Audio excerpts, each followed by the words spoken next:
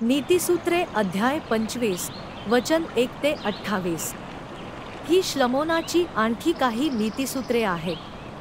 यहुदाचा राजा हिजकिया याच्या नोकरांनी या शब्दांची नक्कल केली.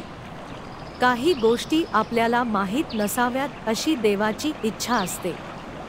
या गोष्टी आपल्यापासून लपवून ठेवायचा देवाला हक्क आहे. पण राजा ज्या गोष्टी शोधून काढतो त्याबद्दल त्याला मान मिळतो. आकाश उंच आपल्या डोक्यावर आहे आणि जमीन आपल्या पायाखाली. राजांच्या मनाचेही तसेच आहे. आपण ते समजू शकत नाही. चांदीतल्या निरुपयोगी वस्तू काढून ती शुद्ध केली तर कामगार त्यापासून सुंदर वस्तू बनवू शकतो. त्याचप्रमाणे राजापासून त्याचे दुष्ट उपदेशक दूर केले तर चांगुलपणा त्याचे राज्य भक्कम करील. राजासमोर स्वतःची हुशारकी मारू नका. आपण प्रसिद्ध आहोत असे म्हणू नका. राजाने स्वतःच तुम्हाला आमंत्रण दिलेले अधिक चांगले. पण तुम्ही स्वतः होऊनच गेलात तर इतर लोकांसमोर तुम्हाला गोंधळल्यासारखे होईल. तुम्ही काही बघितले असेल तर त्याबद्दल न्यायाधीशाला सांगण्याची घाई करू नका. तुम्ही चुकत आहात हे दुसऱ्याने सिद्ध केले तर तुम्ही गोंधळून जाल. जर तुमचे आणि दुसऱ्या माणसाचे एकमत होत नसेल तर काय करायचे ते आपसात ठरवा आणि दुसऱ्याच्या गुप्त गोष्टी कुणाला सांगू नका.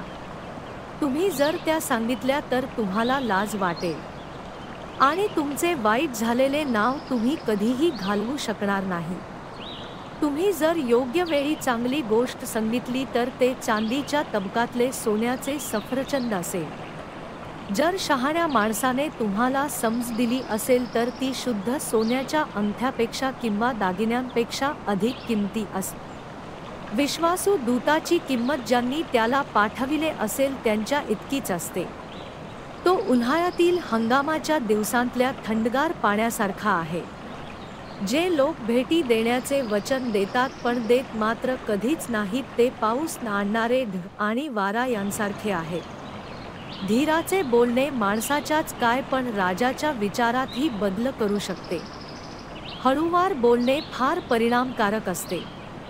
मध चांगला असतो पण तो खूप खाऊ नका. तुम्ही जर तो खूप खाल्लात तर तुम्हाला त्याचा तिटकारा येईल.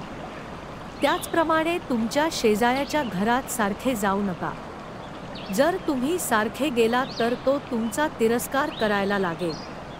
जो माणूस खरे सांगत नाही तो धोकादायक असतो. तो सोटा, तलवार किंवा तीक्ष्ण बाण यांसारखा असतो. खोटे बोलणाऱ्यावर संकटकाळी विश्वास टाकू नका. तो माणूस दुखणाऱ्या दातासारखा वा जायबंदी झालेल्या पायासारखा असतो. तुम्हाला त्याची तेव्हा सर्वात जास्त गरज असते तेव्हाच तो तुम्हाला इजा करत असतो. दुःखी माणसासमोर आनंदी गीत गाणे हे त्याला थंडी वाजत असताना त्याच्या अंगावरील कपडे काढून टाकण्यासारखे आहे. ते सोड्यात शिरका मिसळण्यासारखे आहे. तुमचा शत्रू जर भुकेला असला तर त्याला खायला अन्न द्या. तो जर तहानेला असला तर त्याला प्यायला पाणी द्या. तुम्ही जर असे केलेत तर त्याला लाज वाटेल. त्याच्या डोक्यावर जळते निखारे टाकल्यासारखे ते असेल. आणि परमेश्वर तुम्हाला बक्षीस देईल कारण तुम्ही तुमच्या शत्रूशी चांगले वागलात.